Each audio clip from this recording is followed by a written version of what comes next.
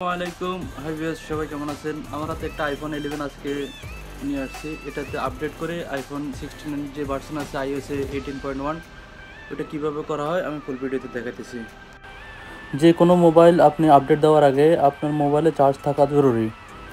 আপনি প্রথমে সেটিংসে যাবেন, সেটিংসে যাওয়ার পরে জেনারেলে যাবেন, জেনারেলে যাওয়ার পরে আপনি সফটওয়্যার আপডেটের পরে দেখবেন প্রত্যেক মোবাইলে আপডেট আসবে এরকম।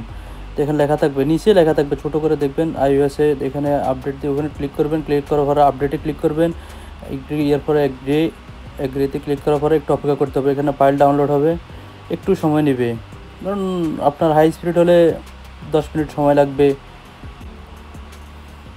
এরপরে আপনি অপেক্ষা করতে থাকবেন।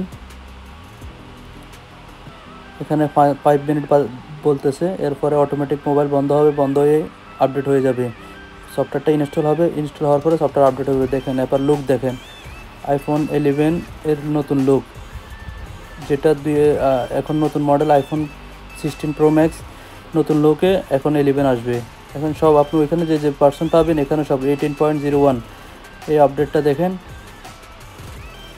ওভারঅল আপনি ওইখানে যত ফিচার পাবেন সবগুলো দেখেন, সব সফটওয়্যার আপডেট হয়ে গেছে। এখন নতুন মোবাইল, নতুন সব, আপনি বুঝতে পারবেন না এখন কোনটা 16 প্রো ম্যাক্স আর কোনটা 11। আর এখানে নতুন ফিচার যেটা আসছে, এখানে আপনি এই সফটওয়্যারটা গেলে আপনি দেখবেন এখানে আপনার ওয়াইফাই পাসওয়ার্ড হবে, সব পাসওয়ার্ড শো করবে।